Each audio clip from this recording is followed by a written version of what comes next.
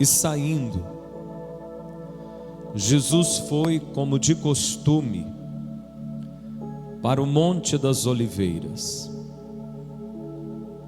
E os discípulos o acompanharam.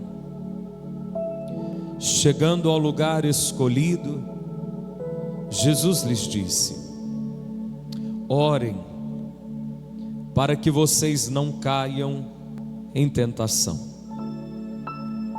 Ele, por sua vez, se afastou um pouco e de joelhos orava, dizendo: Pai, se queres, afasta de mim este cálice. Contudo, não se faça a minha vontade, e sim a tua. Então lhe apareceu um anjo do céu que o confortava. E estando em agonia, orava mais intensamente. E aconteceu que o suor dele se tornou como gotas de sangue caindo sobre a terra. Levantando-se da oração, Jesus foi até onde os discípulos estavam e os encontrou dormindo de tristeza. E disse: por que vocês estão dormindo? Levantem-se e orem, para que não caiam em tentação. Pode fechar sua Bíblia. Também feche os teus olhos, curve a sua cabeça.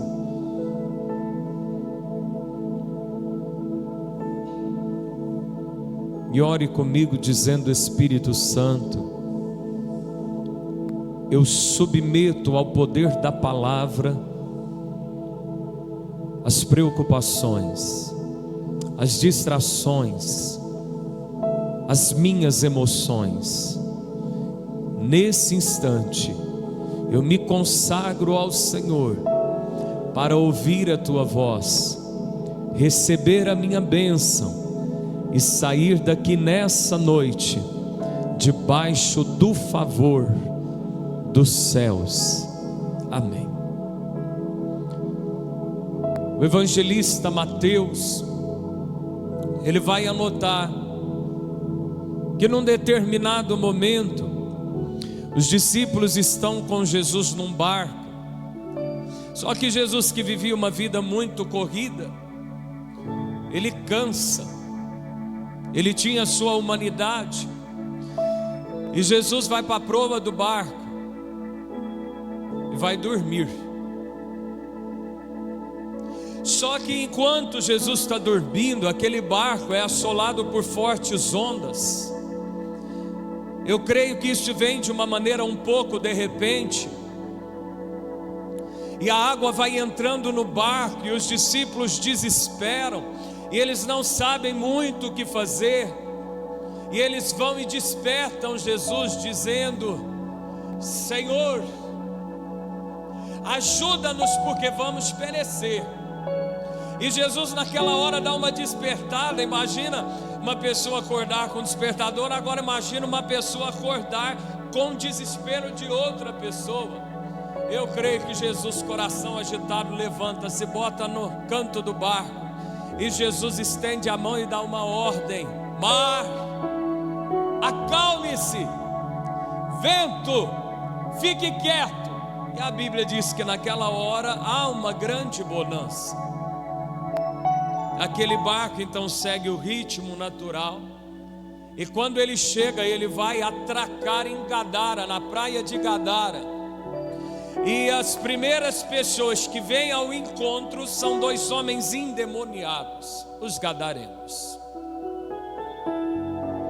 Nesse texto aqui que nós lemos, nós vamos perceber que Jesus, ele está a um pouco de cumprir o propósito de morrer na cruz. Um pouco após essa leitura que nós fizemos, vai chegar Judas Iscariotes, e com um beijo ele trai o Messias. Todas as vezes, antes de Deus fazer uma grande obra através da sua vida, uma tempestade vai se levantar. A tempestade que assola o barco, na passagem que virou até muitos cânticos, que o barco é assolado, aquela tempestade se levanta porque Jesus ia fazer uma grande obra ao chegar na praia. Às vezes há tempestades que aparecem porque Deus vai fazer uma grande obra através da sua vida, talvez no seu trabalho, na sua cidade, dentro da sua casa. Mas nós percebemos que aqui, nesse exato momento em que lemos o texto bíblico, não há uma onda, não há uma ventania, não há uma tempestade do lado de fora, mas há uma tempestade do lado de dentro do Filho de Deus. A Bíblia diz que Cristo é tomado por terrível angústia, agonia e aflição. Mas isso também aponta uma coisa: Deus iria fazer uma grande obra, e agora não é só do lado de fora, mas é do lado de dentro do Filho de Deus. Se uma tempestade tem se levantado, se uma turbulência tem se levantado, se um problema tem surgido para te amedrontar, estufa o peito, levante a cabeça, é porque Deus está para fazer uma grande obra através ou dentro de você. Algo os céus está para mover. Um dia Jesus reúne aos seus discípulos. Os discípulos estão ficando tristes com o que Jesus vem anunciando, e Jesus diz a eles em João 16, versículo de número 21, Jesus diz: a mulher, quando está para dar à luz, ela sente tristeza, porque é chegada a sua hora, mas depois de ter nascido o menino, já não se lembra mais do que havia sentido. Você pode estender a mão direita aos céus e diga assim comigo: atrás dessa luta tem uma grande vitória. Levanta bem alta a sua mão, erga a sua voz e diga assim: atrás desse temporal tem uma grande vitória. Com a tua mão estendida, diga assim: quanto maior a luta, maior é a obra que Deus vai fazer.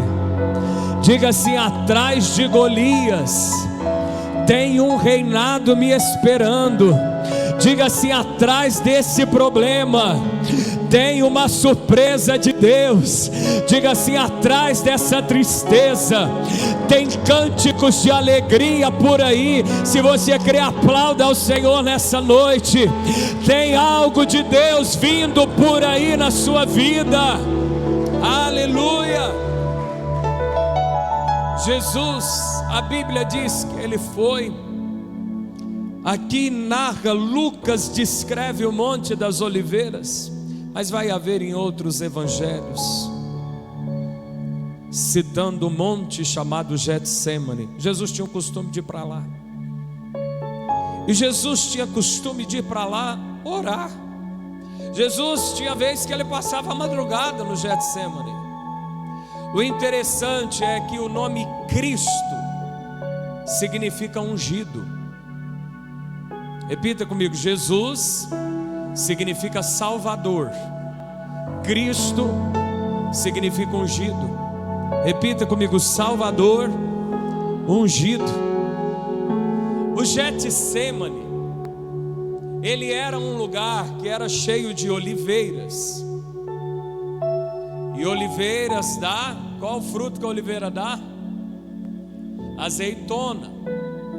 E quando se prensava a azeitona, saía o óleo, e esse óleo era usado para ungir. Getsêmani significa prensa de azeite, mas agora não é a azeitona que está sendo prensada, é o Cristo que vai ser prensado, para que o óleo dessa prensa testifique o ministério dele, ungido de Deus. Quando vem uma prensa, é porque Deus está querendo te ungir para um novo tempo. Olha para quem está ao teu lado, diga assim: Deus está te capacitando, Deus está te ungindo para um novo tempo. E Jesus vai ao Getsêmani. A Bíblia diz que os discípulos o estão acompanhando, mas pela terceira vez, Jesus vai chamar apenas 3: Pedro, Tiago e João. Eu não sei se você recorda que quando Jesus vai à casa de Jairo curar a sua filhinha, Jesus manda sair todo mundo e só deixa entrar Pedro, Tiago e João. Jesus andava com os discípulos para todo lado, mas na hora que ele vai subir no monte da transfiguração para dar uma revelação de eventos futuros, Jesus só deixa subir Pedro, Tiago e João. E aqui pela terceira vez, Pedro, Tiago e João são convidados a ir com Jesus para o Getsêmani. O que leva Jesus ao Getsêmani? A Bíblia vai dizer que ele estava angustiado, sofrendo terríveis tristezas. Ah, não quero ir na igreja não, estou muito triste. É aí que você precisa vir. Ah, nem sei se eu vou orar hoje não, acordei com um sentimento tão ruim. Vá para o Getsêmani orar. Vá para o Jardim das Oliveiras orar.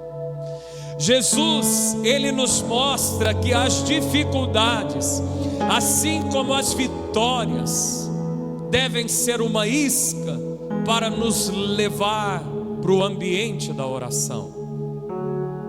Jesus, o Filho de Deus, cheio do poder do Espírito Santo, 100% homem para sentir o que a gente sente, e 100% Deus, porque ele não perde os seus atributos. Se ele orava, nós precisamos nos dedicar ao mistério da oração. E Jesus está ali ao Getsêmani, ele leva pessoas com ele. Eu não sei se você já passou por momentos de terríveis tristezas, fortes angústias, mas um momento assim, uma pessoa, ela quer ficar sozinha, ela não quer falar com ninguém, ela não quer nada. Mas Jesus, além de nos mostrar que quando esse momento vem, temos que nos curvar em oração, Jesus vem nos mostrar que contra qualquer desejo de isolar, nós precisamos ter gente por perto nesses instantes. Olha para quem está ao teu lado e diga assim: nós não podemos nos isolar no tempo da dificuldade. Jesus chama Pedro, Tiago e João para estarem ali com ele. E a Bíblia vai dizer que numa distância de um tiro de pedra, era uma distância judaica que significa assim: eu estou longe, mas não tão longe a ponto de você não conseguir me ouvir. Eram alguns metros. Jesus diz aos discípulos: vigiem e orem para que vocês não entrem em tentação. O espírito na verdade está pronto, mas a carne é fraca. Jesus vai dizer a Pedro, Tiago e João: fica atento aqui no jardim.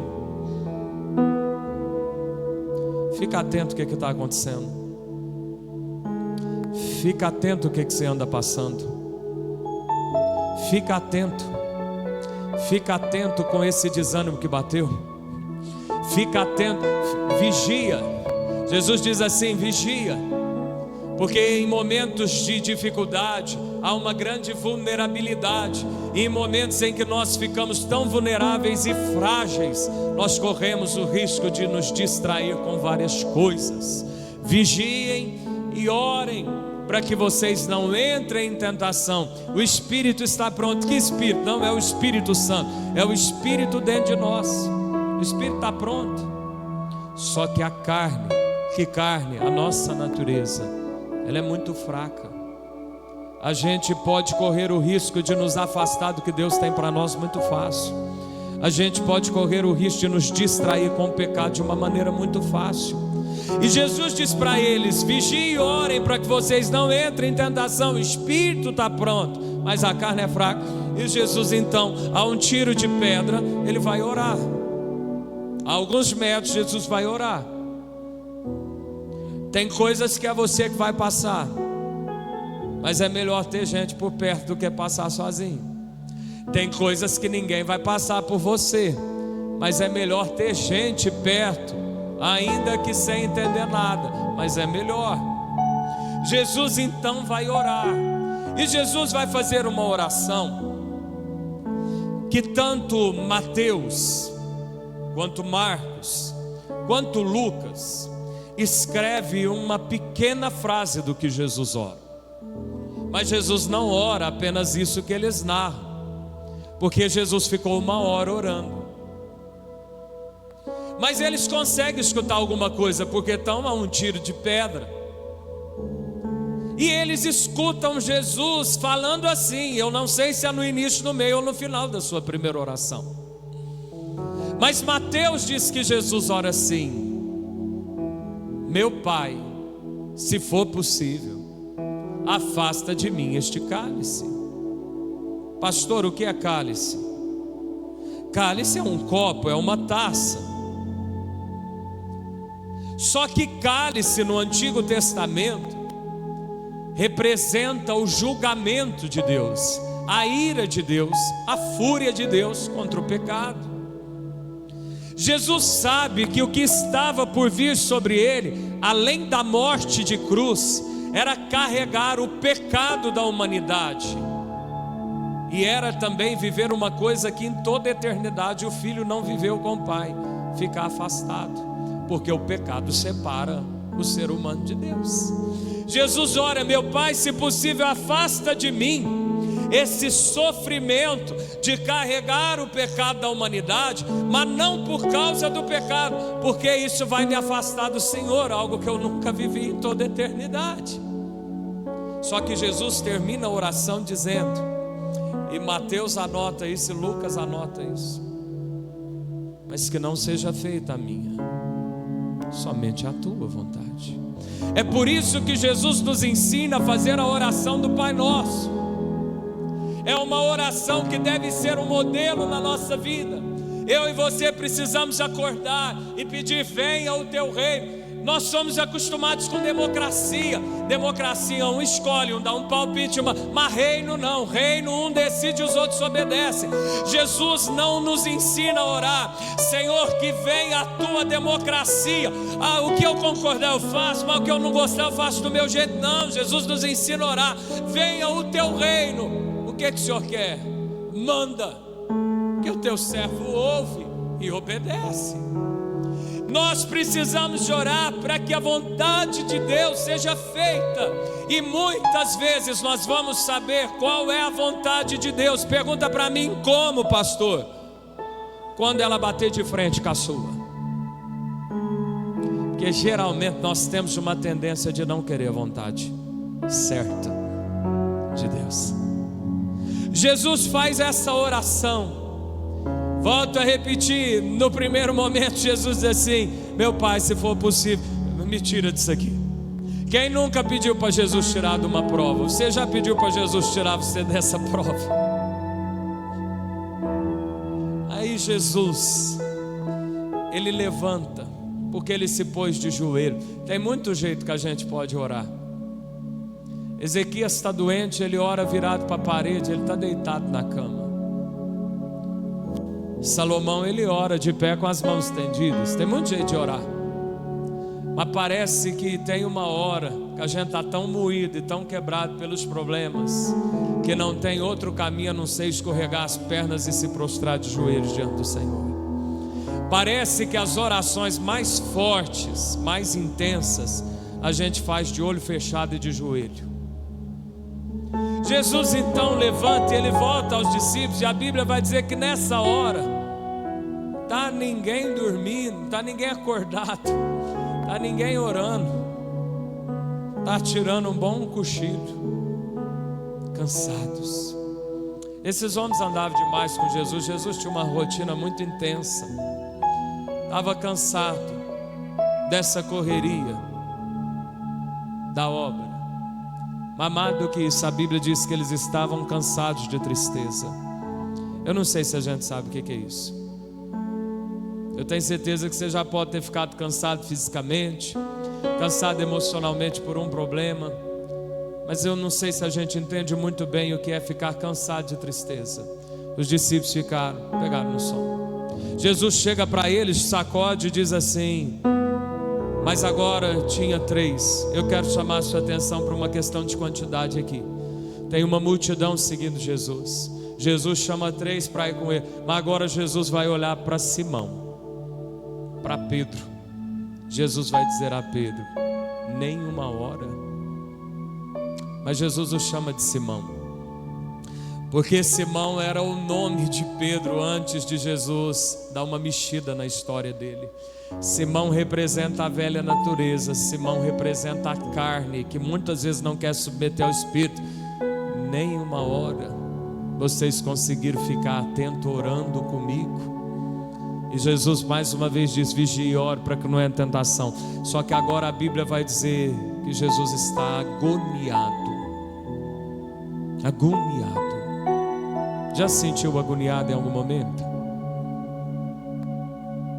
O que você faz numa hora dessa? Talvez acorda de madrugada agoniado. Você vai ver o Facebook e o Instagram de quem? Você está agoniado, você pega o carro e vai parar na casa de quem? Você está agoniado, você pega o telefone e vai mandar mensagem para quem? A Bíblia diz que nesse intervalo de um tiro de pedra, que Jesus vai ali falar com os discípulos, ele fica agoniado. E aí ele volta e se prostra de novo. E há algo que me chama muita atenção, é que nessa segunda oração de Jesus, e a gente não sabe quanto tempo que vai durar esse percurso de bate-volta no jardim, Jesus agora ora assim: Pai, se não é possível afastar de mim esse cálice. Preste muita atenção. No primeiro momento Jesus diz assim, na primeira oração, eu não sei que momento eles anotam, mas Jesus ficou ali 1 hora, porque ele volta depois de 1 hora. Mas Jesus diz assim, em algum momento eles escutam Jesus dizendo: Pai, se for possível afasta. Na segunda vez, quando Jesus volta, eles ficam atentos, dava para escutar alguma coisa, e eles escutam isso: meu Pai, você não tem jeito de afastar isso aqui de mim?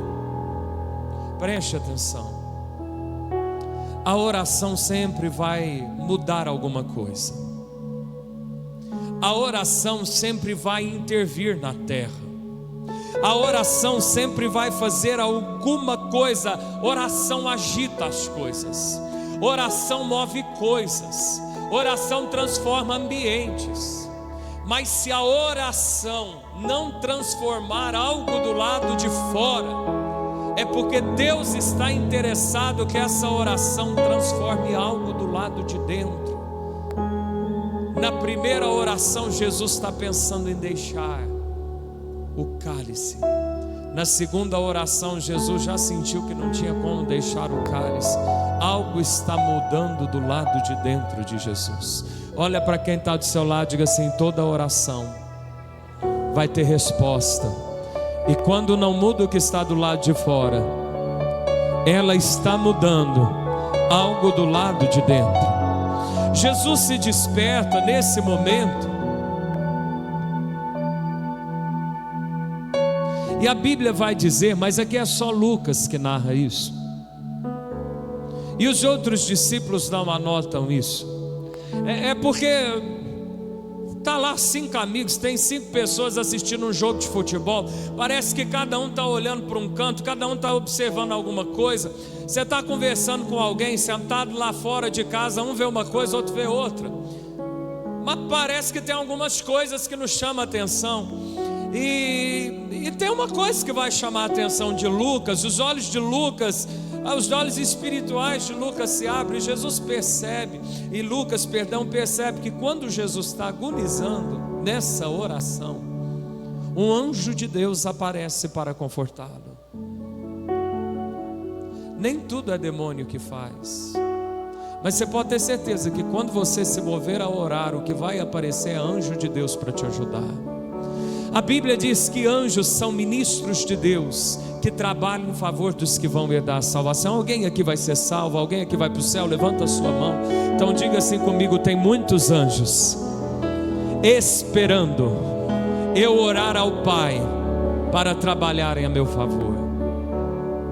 A Bíblia mostra anjo trazendo anúncio, a Bíblia mostra anjo trazendo juízo, a Bíblia mostra anjo com espada, a Bíblia mostra anjo lutando com o homem, a Bíblia mostra anjo atrás de sarça. vai ser um dos primeiros momentos que a Bíblia vai mostrar anjo confortando alguém que está triste. Repita comigo: tem anjo de Deus nesse lugar. Diga assim: nos piores momentos eu só não sucumbi porque tinha anjos de Deus comigo. Às vezes Deus não abre os nossos olhos, às vezes a gente não vê, porque quem vê anjo vai ver demônio também. Quem pede para ver o mundo espiritual vai ver tudo que o mundo espiritual pode mostrar. Então Deus talvez não vai te mostrar porque você não conseguiria ver. Mas ainda que não vê, a gente sabe que tem algumas lutas que se não fosse a ajuda de Deus a gente não sobreviveria. De anjo de Deus confortando Jesus. E aí Lucas, que é médico, e aí médico vai prestar atenção em detalhes médicos, clínicos, do corpo humano. Lucas vai notar que Jesus começa a suar gotas de sangue. E a medicina explica que isso é possível, que uma pessoa submetida a tão grande aflição e angústia faz inchar os capilares e as glândulas do suor começa a estourar veias, pequenas veias, e mistura suor com sangue, e Jesus vai suando suor com sangue.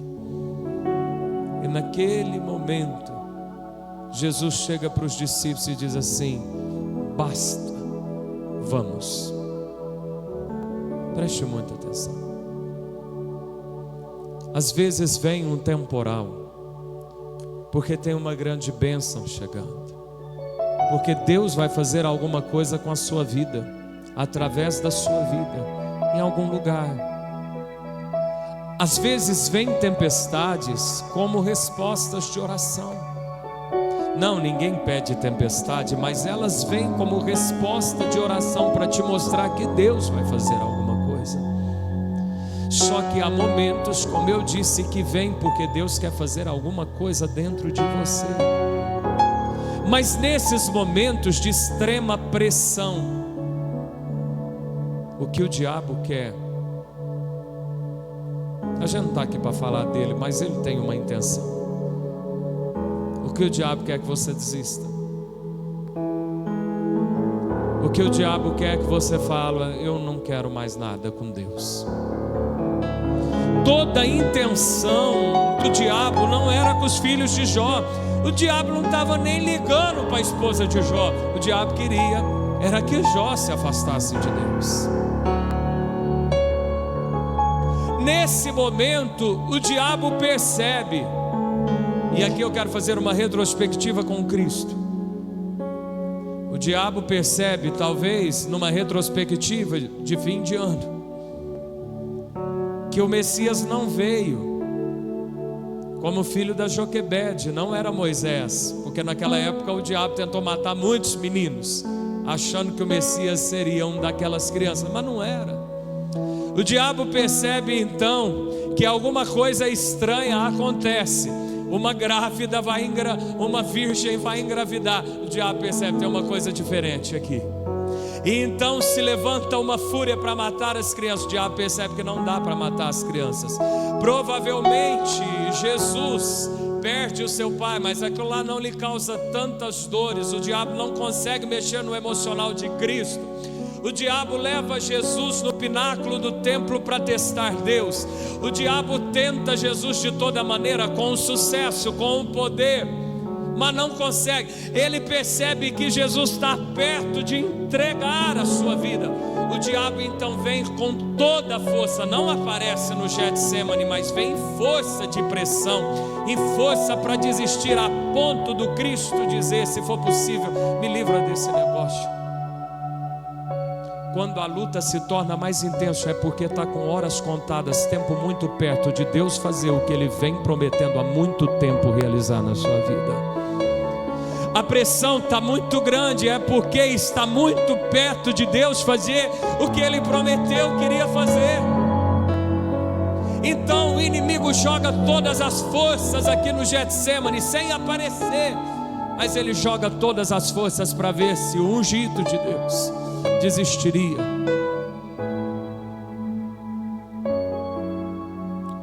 Jesus não desistiu. E aquele tempo de oração que parece que não resolve, porque tem hora que a gente ora e parece que não resolve. Já sentiu essa? Eu estou orando, mas não passa, não resolve, não acontece nada. Mas aquele período, ou aqueles 3 períodos, eu não sei quantas horas vão dar, eu só sei que o primeiro período durou 1 hora. Aquele tempo de oração no jardim, que vara a madrugada, ele foi tão eficaz, que Jesus começa tão cansado, de joelho, querendo desistir. Mas esse tempo foi tão eficaz, que Jesus se levanta e diz para os discípulos: basta, vamos embora daqui. Tipo, eu comecei esse período de oração no jardim pensando em desistir, achando que eu não ia aguentar. Eu estou terminando esse período de oração aqui no jardim, muito disposto a enfrentar o que eu preciso enfrentar para cumprir os planos de Deus na minha vida. Vamos embora daqui. As pressões vêm para que você desista. Jesus precisou passar isso aqui. A Bíblia diz que um anjo veio confortar. Só que Jesus vai dizer que para nós há algo diferente. Ele enviaria o Consolador, o Espírito Santo. Talvez não apareça um anjo fisicamente, mas você pode ter certeza que tem um Espírito dentro de você. Por isso que muitas vezes você começa talvez inconsolável, e você termina cheio de paz aquele período de oração.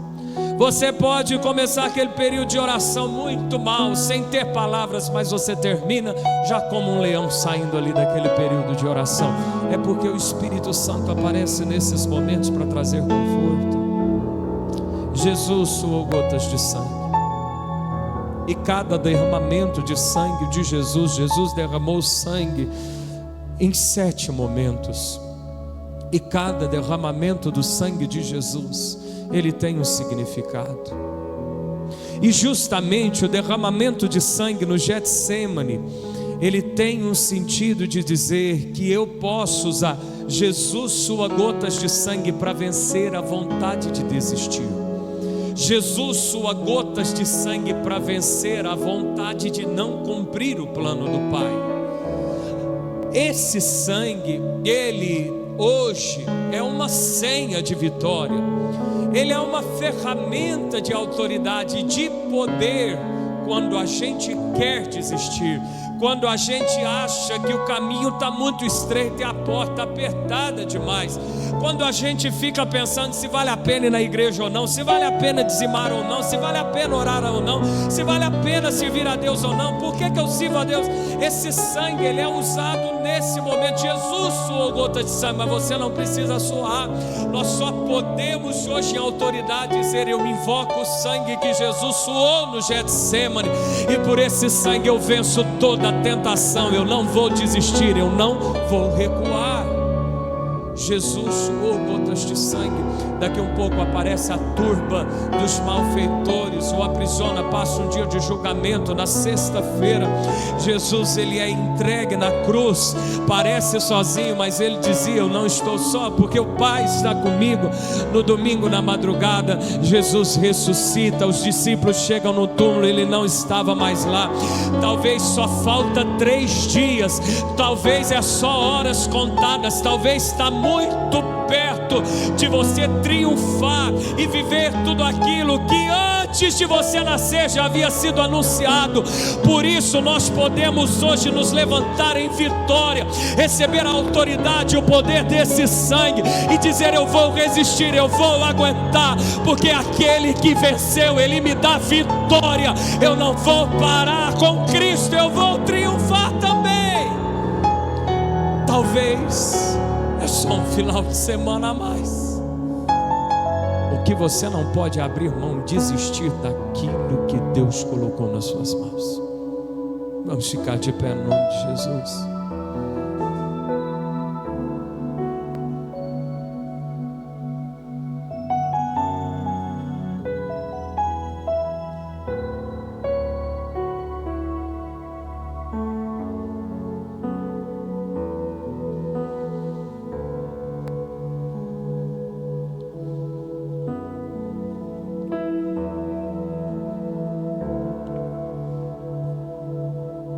Eu vou pedir para apagar as luzes aqui. Eu quero que você, de olhos fechados, me escute nesse momento.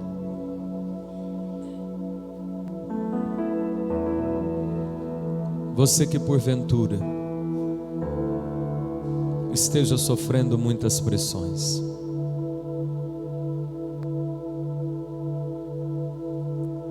você que talvez tem sido tentado a desistir, você que talvez já não esteja suportando as lutas e as provas da sua vida, você que às vezes está sendo tentado a olhar para trás. Ninguém aqui é melhor do que Jesus, irmão. Jesus pensou em abrir mão daquele plano. Se você se encontra assim, saia do seu lugar, venha aqui à frente. Nós vamos invocar o sangue que Jesus derramou no Getsemane. Eu fico com vergonha de ir na frente, vou orar aqui no meu lugar. Não, Jesus não orou na casa de Maria, Jesus foi lá para o Getsemane. Eu tenho vergonha, irmão, larga de ser orgulhoso. Se o Cristo de Deus demonstrou que precisava, quem somos nós, irmãos?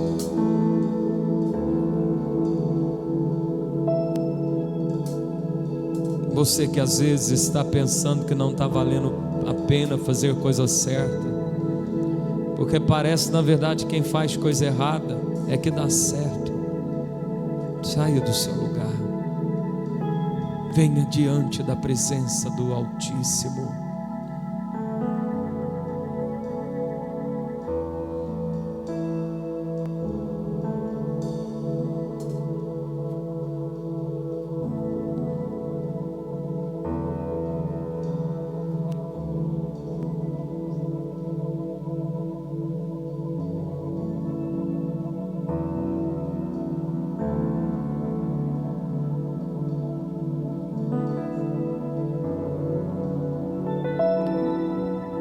Deus não desistiu de você.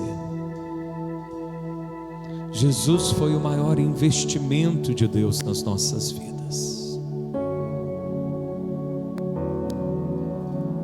Pode só parecer que você não vai aguentar, você vai vencer. Pode só parecer que não vai dar, é ilusão do adversário, mas a promessa de Deus vai se cumprir. Deus te traz aqui essa noite para te fortalecer no poder do sangue, no sangue poderoso de Jesus, no sangue poderoso de Jesus. Comece a falar com Deus nessa hora. Fala com Deus. Jesus chamava Deus de Abba. É uma expressão judaica que o judeu chama de papai. Ele é seu pai. Fale com ele.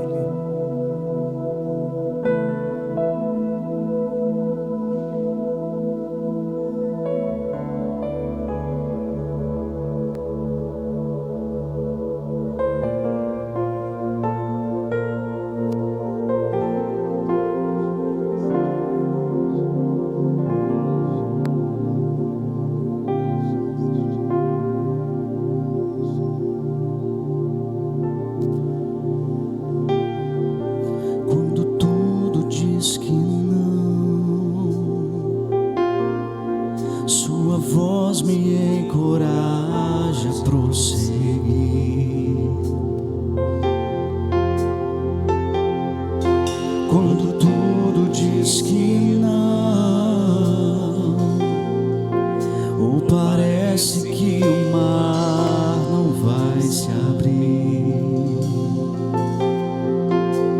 sei que não estou só, e o que dizes sobre mim não pode se frustrar. Peça a Ele, venha em meu favor. Venha em meu favor. Cumpra o teu plano, Senhor. E cumpra em mim teu querer.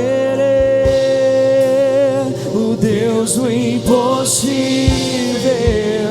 não desistiu de mim. Sua destra me sustenta e me faz prevalecer. O Deus do impossível não desistiu de mim. Sua destra me sustenta e me faz prevalecer. O Deus do impossível.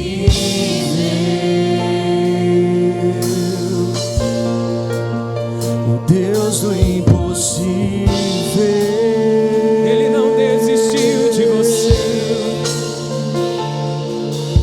Quando tudo diz que não, sua voz me encoraja a prosseguir.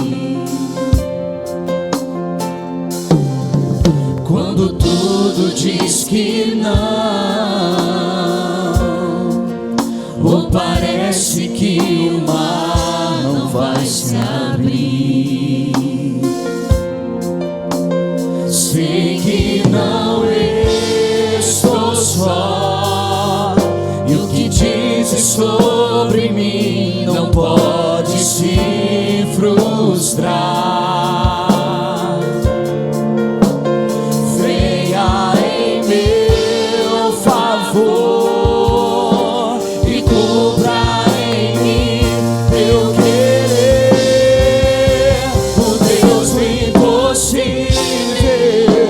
Não desistiu de mim.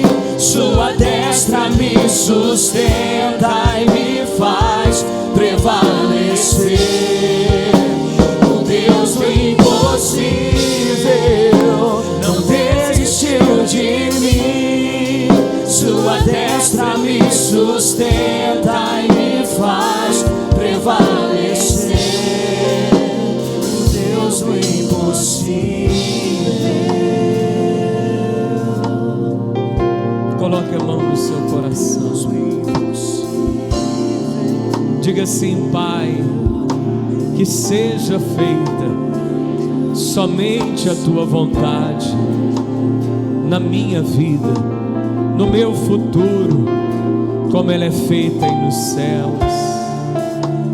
Espírito Santo, traga o bálsamo, venha me consolar, me guiar na verdade, me ensinar as palavras de Jesus. Interceda por mim, Espírito Santo, e me ajude nas minhas fraquezas. Diga assim: Senhor Jesus, eu te agradeço por não ter desistido no Getsemane, e eu aplico agora o sangue que escorreu da sua cabeça, que desceu pelo seu rosto, eu aplico sobre a minha vida espiritual. E este sangue nessa noite, ele me dá vitória contra toda opressão, contra toda pressão de Satanás, das circunstâncias. Pelo poder deste sangue, eu me fortaleço essa noite. Pelo poder deste sangue, eu me levanto essa noite e eu declaro que eu não vou desistir, eu não vou recuar, eu não vou olhar para trás, eu vou prosseguir, eu vou cumprir a minha chamada, eu vou cumprir o meu plano na terra. Diga assim: Jesus, eu já cheguei até aqui, me ajuda a concluir, me ajuda a terminar com vitória a minha minha carreira, no nome do Senhor. Aplauda Jesus bem forte essa noite. Eu declaro sobre a tua vida a unção de Deus, a unção que quebra o jugo, a unção que despedaça o fardo. Eu declaro sobre a tua vida o sangue de Jesus, que quebra toda pressão, que quebra toda opressão, que faz cair por terra castas de demônios. Eu declaro que sobre a tua vida não vale encantamento, e nenhuma arma forjada, nenhuma ferramenta preparada, nenhuma seta enviada, nenhum dardo inflamado prosperarão contra ti. Pode cair 1000 ao teu lado, 10.000 à tua direita, mas tu estás guardado, você não será atingido. Eu declaro a tua vida blindada das obras das trevas. Nós amarramos o valente essa noite, pela autoridade do nome de Jesus. Paralisamos todas as obras das trevas e declaramos que sobre todas as coisas nós somos mais do que vencedores. Aleluia, aleluia. Diga assim comigo, levante a sua mão direita: o Senhor é o meu pastor e nada me faltará. Diga: maior é o que está em mim do que aquele que está no mundo. Diga: eu posso todas as coisas naquele que me fortalece. Diga: em todas as coisas nós somos mais do que vencedores. Aleluia, aleluia. Pode voltar ao seu lugar, pode acender as luzes. Eu quero dar um recado.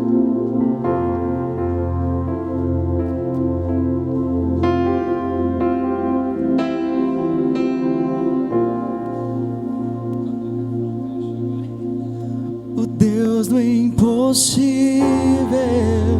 não desistiu de mim, sua destra me